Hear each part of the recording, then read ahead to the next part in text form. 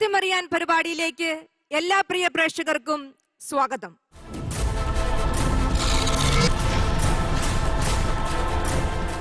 തലശ്ശേരി അതിരൂപതയിലെ Taliparamba saint Mary's Forane പള്ളിയിലാണ് ഇന്നത്തെ നമ്മുടെ ചർച്ച നടക്കുന്നത്.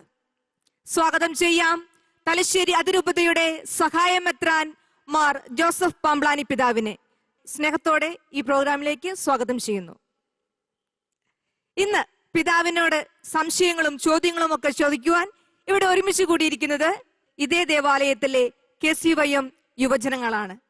എല്ലാ യുവജന സുഹൃത്തുക്കളെയും ഏറ്റവും സ്നേഹത്തോടുകൂടി ഇന്നത്തെ ചർച്ചയിലേക്ക് സ്വാഗതം ചെയ്യുന്നു. കഴിഞ്ഞ ആഴ്ച പൗരോഹിത്യം, ബ്രഹ്മചര്യം, സന്യാസം എന്ന വിഷയത്തെക്കുറിച്ചുള്ള ചർച്ചയായിരുന്നു. അതിന്റെ തുടർ ചർച്ചയാണ് ഇന്ന് നമ്മൾ നടത്തുന്നത്. തീർച്ചയായും ഒത്തിരി സംശയങ്ങൾ ഇനിയും യുവജനങ്ങൾക്ക് ചോദിക്കുവാനുണ്ട്. നമുക്ക് ഇനി ചർച്ചയിലേക്ക് പ്രവേശിക്കാം.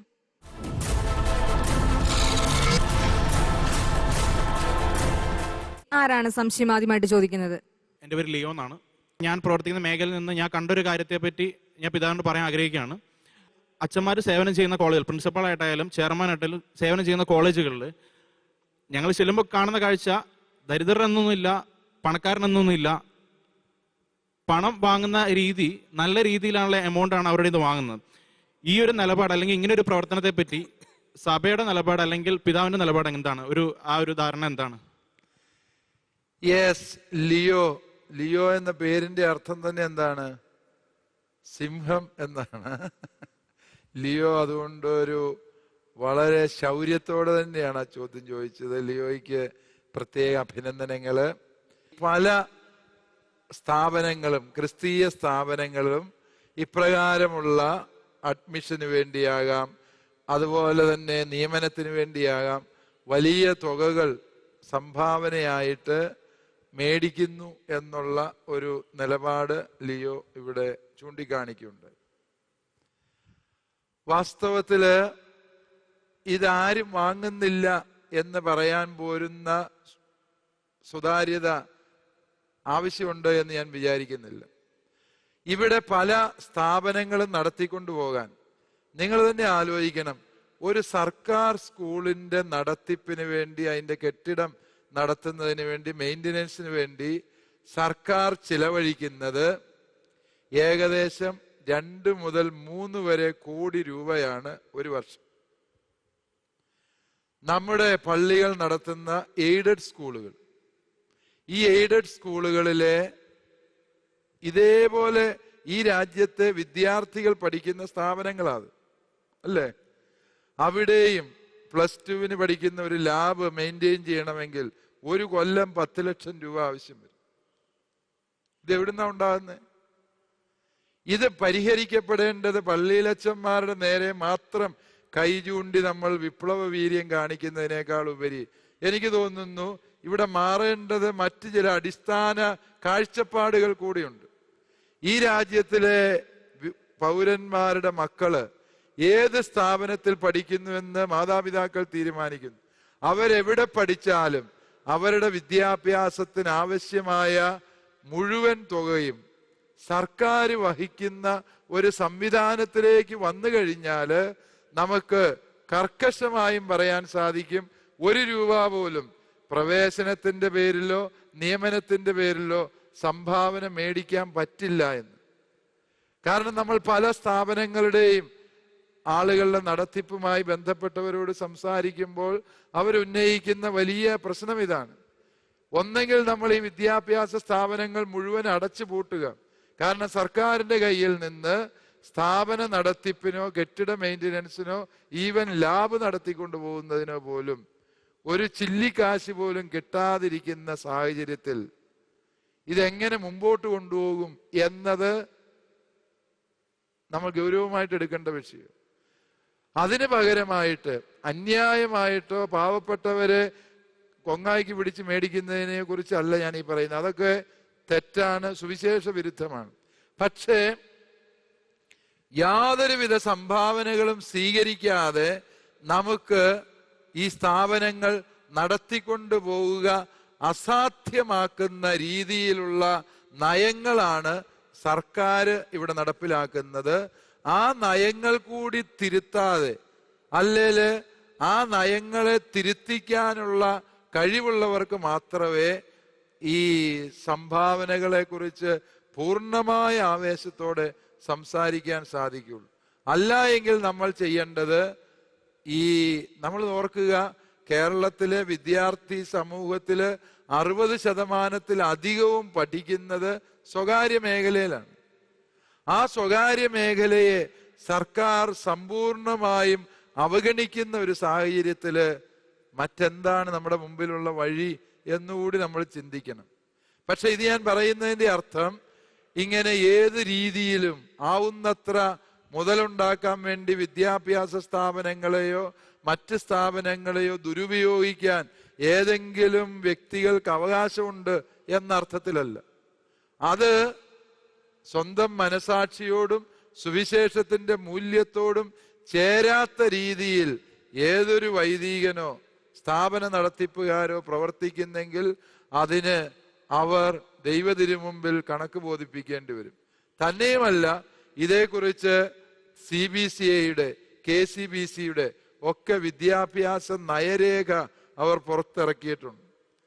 ഇതിനു വേണ്ടി പ്രവേശനത്തിന് വേണ്ടിയോ നിയമനത്തിന് വേണ്ടിയോ നിർബന്ധിത പിരിവുകളോ കോഴകളോ മേടിക്കുന്നത് ചാവുദോഷത്തിന് കീഴിൽ ഗുരുതരമായ തെറ്റാണ് എന്ന് തന്നെയാണ് സഭ ഔദ്യോഗികമായി അറിയിച്ചിരിക്കുന്നത്.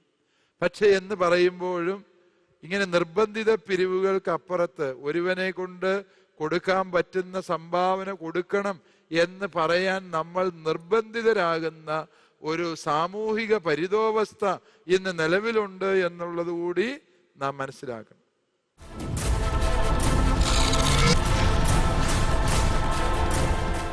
പിതാവ് സഹായമെത്രാൻ എന്ന പദവിയിലെത്തിയത് ഡീക്കൻ, പിന്നെ അച്ഛൻ, പിന്നെ ഈ മെത്രാൻ പദവിയിലേക്ക് എത്താണ്. അല്ലെങ്കിൽ ഈ പദവിക്ക് അതിൻ്റെ ഒരു ആധികാരികതയുണ്ട്. എങ്കിൽ ഈ പദവിക്കുള്ള വ്യത്യാസങ്ങൾ എന്തൊക്കെയാണ്? നോർമലി ഉള്ള വ്യത്യാസങ്ങൾ എന്തൊക്കെയാണ്? ഈ പൗരോഹിത്യ പദവിയുടെ 3 ഗ്രേഡുകളാണ്, 3 തലങ്ങളാണ്. ഡീക്കൻ, സുറിയാനി പാരമ്പര്യത്തിൽ അതിന് ശംശാന പട്ടം എന്ന് പറയും. ഡീക്കൻ പട്ടം കിട്ടിയ ഒരു വ്യക്തിക്ക് ലത്തീൻ സഭയിലും സുറിയാനി പൗരസ്ത്യ സഭകളിലും അധികാരങ്ങളിൽ വ്യത്യാസമുണ്ട്. ഒരു ഡീക്കന് ലത്തീൻ സഭയിൽ കല്യാണത്തിന്റെ കാർമ്മികനാകാൻ പറ്റും, വിവാഹ കൂദാശി.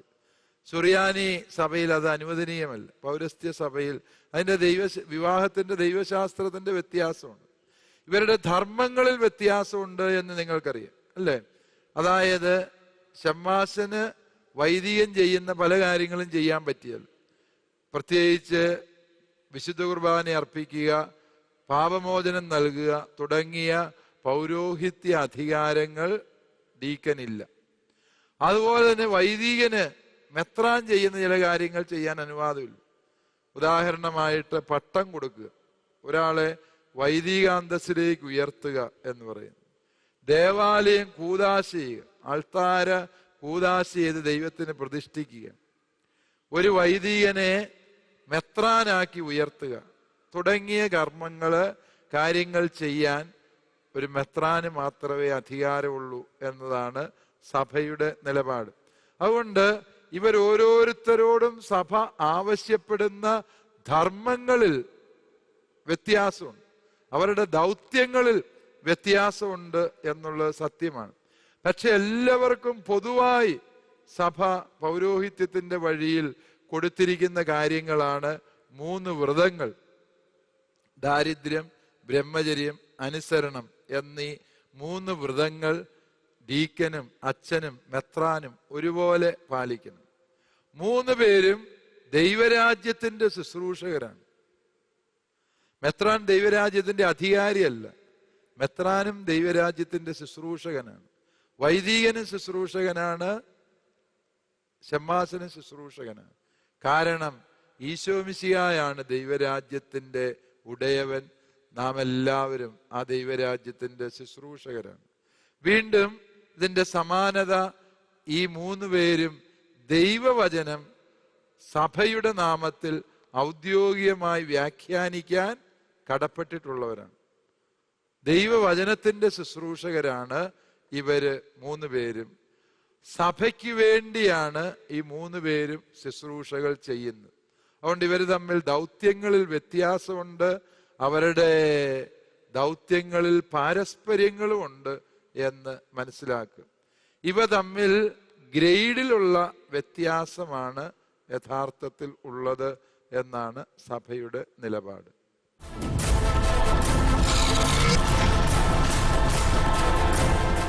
സിസ്റ്റേഴ്സിന്റെ കാര്യം എടുക്കുവാണെങ്കിൽ ഇതുപോലെ ആ കാറ്റഗറീസ് ഒന്ന് പറഞ്ഞു തരാമോ? സിസ്റ്റേഴ്സിലോ സമർപ്പിത ജീവിതത്തിൽ ഇത്തരത്തിലുള്ള കാറ്റഗറികൾ ഇല്ല എന്നുള്ളതാണ് സത്യം.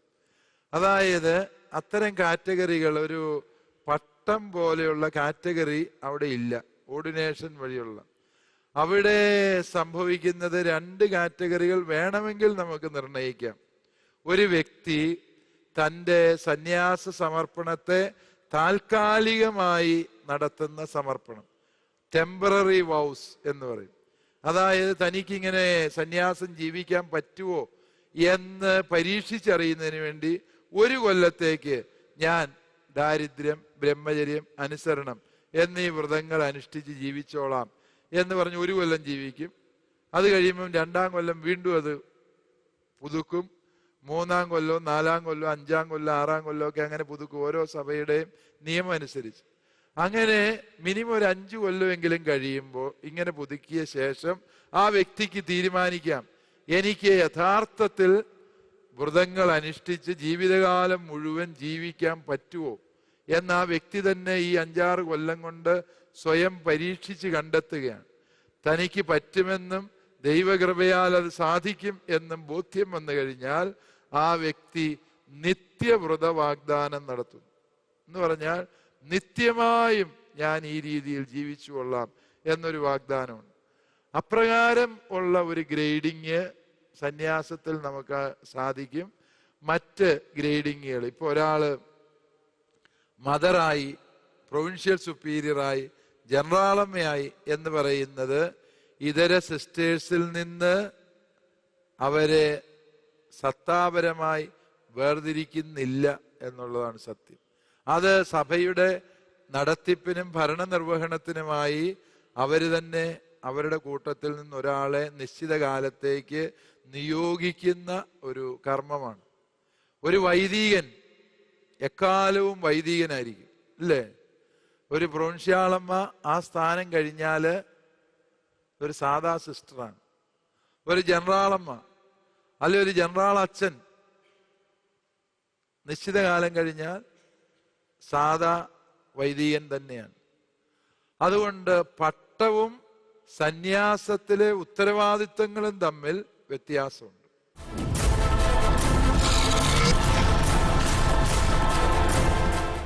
പിതാവേ, എൻ്റെ പേര് ടെറൻസ് എന്നാണ്. ടെറൻസ്. ഓക്കെ.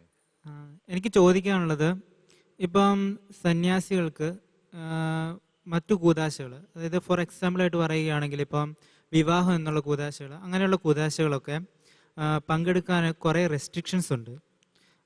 അത് ഈ ആധുനിക കാലത്ത് അത് ഒരു ഫലവത്തായ കാര്യമാണോ?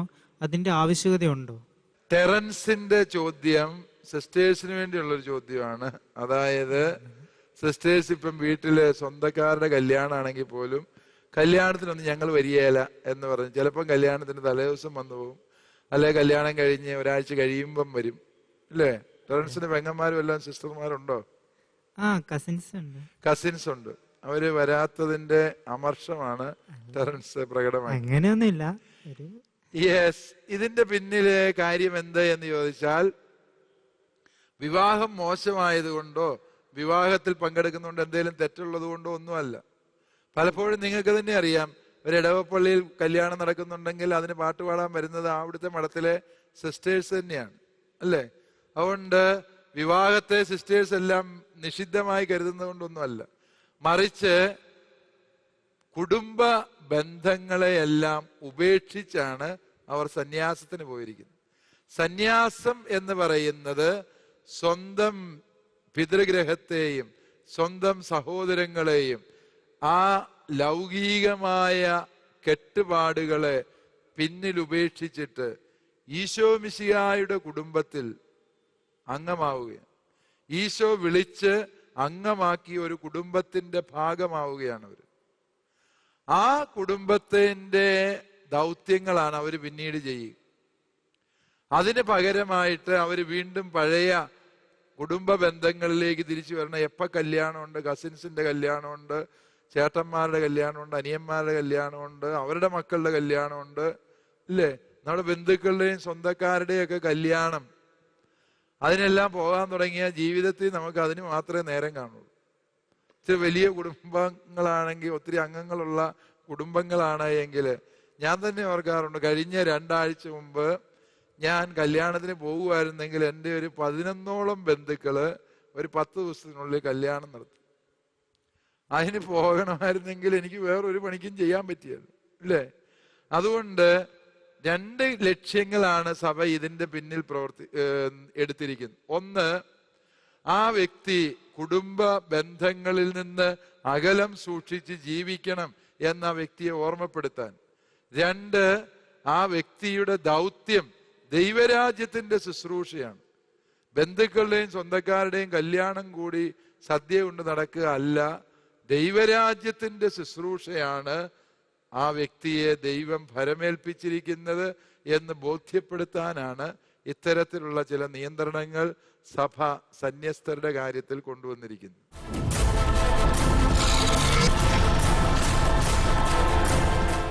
അടുത്തത് ആരാണ് സംശയം ചോദിക്കുന്നത്? പിതാവേ, എൻ്റെ പേര് ടെലക്സ്.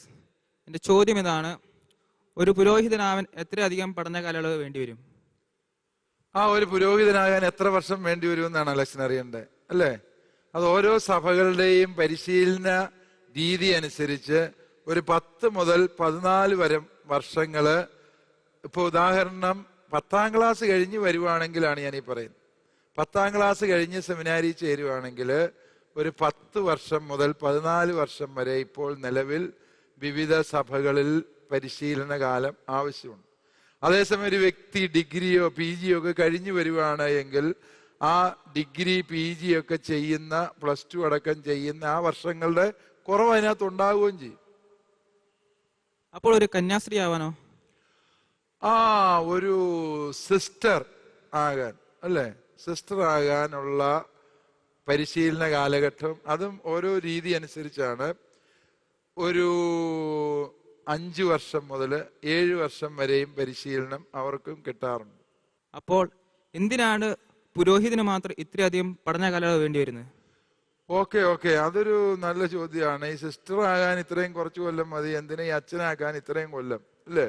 ഒന്നാമത്തെ കാരണം, പുരോഹിതനും സിസ്റ്ററും അനുഷ്ഠിക്കേണ്ട കാര്യങ്ങൾ വ്യത്യസ്തമാണ്.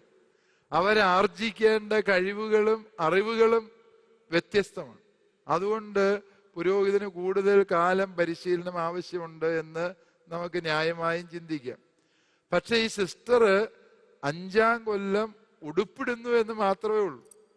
വീണ്ടും ഒരു 5 കൊല്ലം ഈ സിസ്റ്റർ വ്രതവാഗ്ദാനങ്ങൾ 1 കൊല്ലത്തേക്ക് മാത്രം നടത്തി തന്റെ പരിശീലന കാലഘട്ടത്തിൽ തന്നെയാണ്.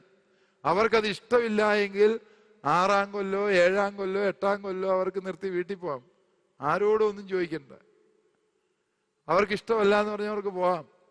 അതേസമയം അവര് വീണ്ടും ഒരു 5-6 കൊല്ലവും കൂടെ കഴിഞ്ഞ്, ഒരുപക്ഷെ ഒരു 11ാം കൊല്ലമായിരിക്കാം, ആ പെൺകുട്ടി നിത്യവ്രത വാഗ്ദാനം നടത്തി യഥാർത്ഥ സിസ്റ്ററാകുന്നു, യഥാർത്ഥ സമർപ്പിതയാകുന്നു.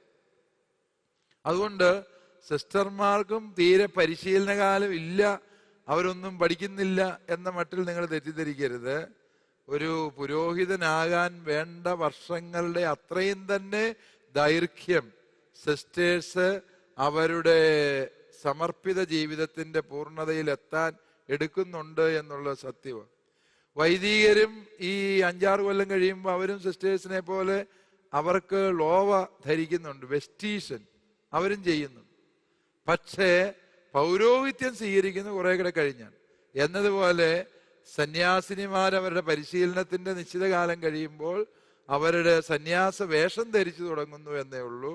അവർ യഥാർത്ഥ സന്യാസികളായി തീരുന്നത് നിത്യവ്രത വാഗ്ദാനത്തിന്റെ സമയത്താണ്.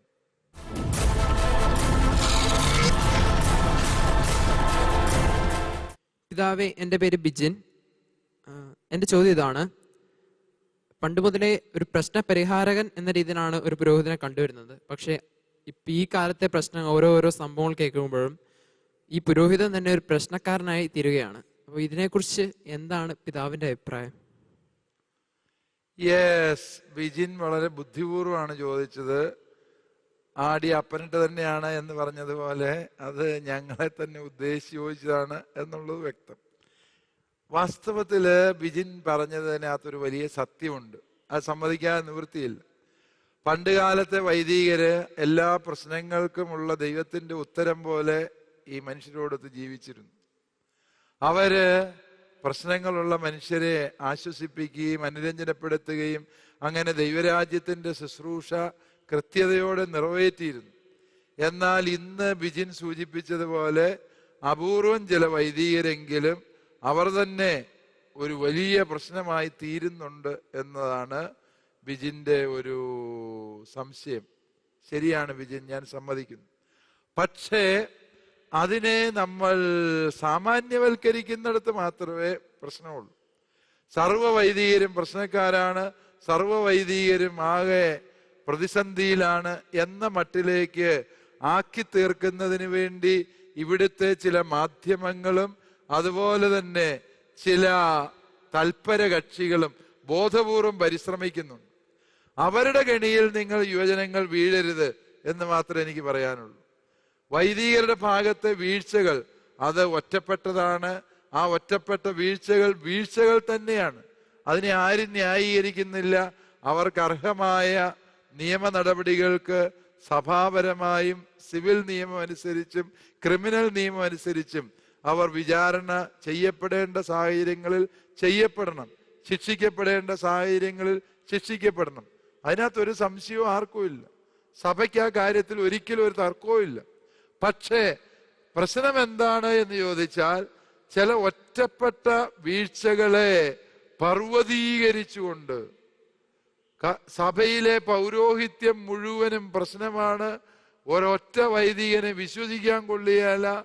പൗരോഹിത്യ ബ്രഹ്മചര്യം നാടിനാപത്താണ് എന്ന മട്ടിലേക്ക് കുഴലൂത്ത് നടത്തുന്ന ചില മാധ്യമങ്ങളും ചില മാധ്യമ വിചാരക്കാരുമുണ്ട്. അവരുടെ ഗൂഢലക്ഷ്യങ്ങളെ തിരിച്ചറിയാനുള്ള ആർജവത്വവും കൂടി യുവജനങ്ങൾ കാണിക്കണം എന്ന് മാത്രമേ എനിക്ക് പറയാനുള്ളൂ. തെറ്റിനെ നിങ്ങൾ തെറ്റ് എന്ന് വിളിച്ചു. You may call A spade എന്ന് ഇംഗ്ലീഷുകാർ പറയും. ഒരു തൂമ്പ എന്ന് വിളിച്ചു. പക്ഷേ ചൂലിനെ കയറി തൂമ്പാന്ന് വിളിക്കരുത്. കാണുന്നതിനെ എല്ലാം തൂമ്പാന്ന് വിളിക്കരുത്. അത് തെറ്റാണ്, അത് അസത്യമാണ്. ഈ സത്യത്തിന്റെ പക്ഷത്ത് നിൽക്കാനുള്ള വ്യഗ്രതയുടെ പേരിൽ എന്ന വ്യാജേന ഇവിടെ അസത്യങ്ങളെ സത്യങ്ങളായി അവതരിപ്പിച്ച് സഭയെ തേജോവധം ചെയ്യാനും പൗരോഹിത്യത്തെ താറടിക്കാനുമുള്ള ബോധപൂർവമായ ശ്രമം നടക്കുന്നുണ്ട് ബിജിൻ.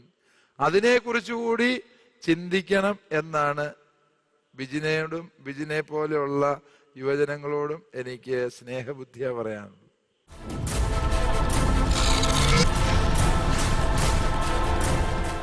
ഇക്കാലത്തും പല പ്രൈവറ്റ് ആയിട്ട് നടത്തുന്ന ധ്യാന കേന്ദ്രങ്ങൾ ദണ്ഡവിമോചനം, ഞാൻ ഇത്ര ആൾക്കാരെ കൊണ്ടുവന്നു, നിങ്ങൾ ഇത്ര ആൾക്കാരെ കൊണ്ടുവന്നാൽ നിങ്ങൾക്ക് ദണ്ഡവിമോചനം, നിങ്ങൾക്ക് സ്വർഗത്തിലേക്ക് കിട്ടും, അങ്ങനെയൊക്കെ പറഞ്ഞ് ഇപ്പോഴും ഒരു ട്രേഡിങ് എന്ന രീതിയിൽ നമ്മുടെ സഭയെ മുന്നോട്ട് കൊണ്ടുവരുന്നത് ഈ സിസ്റ്റേഴ്സ് നടത്തുന്നവർ തന്നെ. അപ്പോൾ ഈ രീതി കൊണ്ടുപോകുന്നതെല്ലാം ഞാൻ പറഞ്ഞ ഒരു പ്രശ്നത്തിന്റെ ബേസ് അല്ലേന്ന്, ഈ ഒരു പുരോഹിതനെ എപ്പോഴും മോശമായി കാണുന്നതിന്റെ കാരണമല്ലേന്ന് ഞാൻ ചോദിച്ചത്.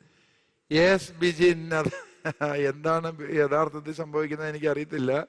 ഏതെങ്കിലും ധ്യാന കേന്ദ്രത്തിലേക്ക് നിങ്ങൾ കൂടുതൽ ആളുകളെ കൂട്ടിക്കൊണ്ട് വരണം എന്ന് ധ്യാനഗുരു പറയുന്നതിനകത്ത് തെറ്റൊന്നുമില്ല. അങ്ങനെ വന്നാൽ ദണ്ഡവിമോചനം കിട്ടുമെന്ന് ധ്യാനഗുരുവിന് പറയാൻ അവകാശവും ഇല്ല. കാരണം എന്താണ്? ദണ്ഡവിമോചനം കിട്ടാനുള്ള വഴികൾ എന്തൊക്കെ എന്ന് സഭ കൃത്യമായിട്ട് പറഞ്ഞിട്ടുണ്ട്, അല്ലേ? നമ്മുടെ ഇപ്പോഴത്തെ വിഷയം അല്ല എങ്കിൽ പോലും ദണ്ഡവിമോചനം കിട്ടുമെന്ന് സഭ പറയുന്ന കാര്യങ്ങൾ ഏതൊക്കെയാണ്? ഒരു ജപമാല, 5 രഹസ്യമുള്ള ജപമാല ചൊല്ലുന്നു, ഒരു കരുണക്കൊന്ത ചൊല്ലുന്നത്, അതുപോലെ തന്നെ ഒരു കുരിശിന്റെ വഴി ചൊല്ലുന്നത്, അരമണിക്കൂർ ബൈബിൾ വായിക്കുന്നു, അരമണിക്കൂർ വിശുദ്ധ കുർബാനയുടെ ആരാധന നടത്തുന്നത്, കാരുണ്യ പ്രവർത്തികൾ ചെയ്യുന്നു. ഇതൊക്കെയാണ് പുണ്യപ്രവർത്തികൾ. ഇതാണ് ദണ്ഡവിമോചനം ചെയ്യുന്ന പ്രവർത്തികൾ. അറിവില്ലാത്തവരെ പഠിപ്പിക്കുന്നത് ഒരു ദണ്ഡവിമോചനം കിട്ടുന്ന കാര്യമാണ്.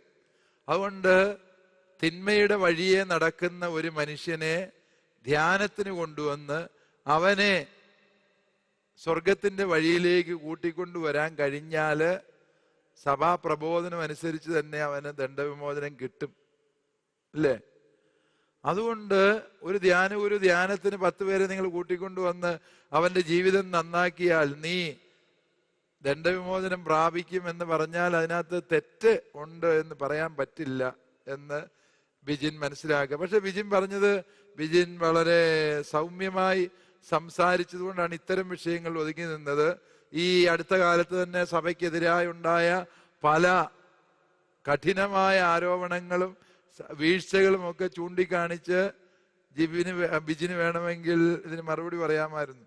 അതേക്കുറിച്ചൊക്കെ ഞാൻ അവബോധമുള്ളവനുമാണ്. പക്ഷേ നമ്മൾ മനസ്സിലാക്കുക, സഭയുടെ വീഴ്ചകൾ തന്നെയാണ്. അതിനെ നമ്മൾ ന്യായീകരിക്കേണ്ട കാര്യമൊന്നുമില്ല. മറിച്ച് ഈ ഒറ്റപ്പെട്ട വീഴ്ചകളെ പർവ്വതീകരിക്കാനും സഭയെ സമൂഹ മധ്യത്തിൽ താറടിക്കാനുമുള്ള ബോധപൂർവമായ ശ്രമം നടക്കുന്നുണ്ട് എന്നുള്ളത് നമ്മൾ തിരിച്ചറിയണം.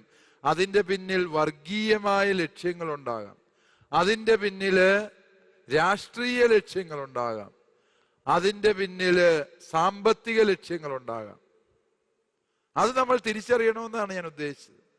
പിന്നെ അതിനോടൊപ്പം നമ്മൾ മനസ്സിലാക്കേണ്ടത്, ഒരുപക്ഷെ ഇതര മതങ്ങളിലെ ഏതെങ്കിലും ഒരു സന്യസ്തനോ അല്ലെങ്കിൽ അപ്രകാരം ജീവിക്കുന്ന വ്യക്തിയുടെ ഭാഗത്തുനിന്നുണ്ടാകുന്ന ഒരു വീഴ്ചയേക്കാളും ഗൗരവത്തിൽ ഒരു വൈദികന്റെ വീഴ്ചയെ സമൂഹം എടുക്കുന്നുവെങ്കിൽ, അതിനെ എതിർക്കുന്നുവെങ്കിൽ, എനിക്ക് തോന്നുന്നു നമ്മൾ കുറെ കൂടി അതിനെ പോസിറ്റീവായിട്ട് കരുതണം. കാരണം എന്താണ്? വൈദികനിൽ നിന്ന്, ഒരു ക്രിസ്തീയ വൈദികനിൽ നിന്ന് അപ്രകാരം ഒരു പ്രവൃത്തി ഈ സമൂഹം പ്രതീക്ഷിക്കുന്നില്ല. അങ്ങനെ അത് ചെയ്താൽ അത് നിസ്സാരമായി തള്ളിക്കളയാൻ ഈ സമൂഹം തയ്യാറുമല്ല എന്ന നിലപാടാണ് ആത്മാർത്ഥതയോടെ ഒരു സമൂഹം കാണിക്കുന്നത് എങ്കിൽ എനിക്ക് തോന്നുന്നു നമ്മളതിനെ പോസിറ്റീവായിട്ട് തന്നെയാണ് എടുക്കേണ്ടത്. നമ്മുടെ വൈദികരെ കുറിച്ച്, സമർപ്പിതരെ കുറിച്ച് ജനത്തിന് ഇപ്പോഴും ഭാവാത്മകമായ പ്രതീക്ഷയുള്ളത് കൊണ്ടാണ് അവരിലെ പുഴുക്കുത്തുകളെ ഒറ്റപ്പെടുത്താനും കുറ്റപ്പെടുത്താനും സമൂഹം കൂടുതൽ വ്യഗ്രത കാണിക്കുന്നത് എന്നും നമുക്ക് അതിനെ മനസ്സിലാക്കാം.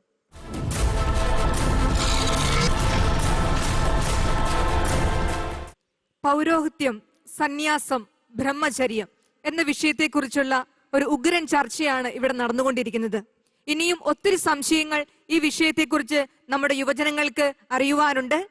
ഇന്നത്തെ സമയം ഇവിടെ അവസാനിക്കുകയാണ്. അടുത്ത ആഴ്ച ഇതേ വിഷയവുമായി വീണ്ടും കണ്ടുമുട്ടാം. നന്ദി, നമസ്കാരം.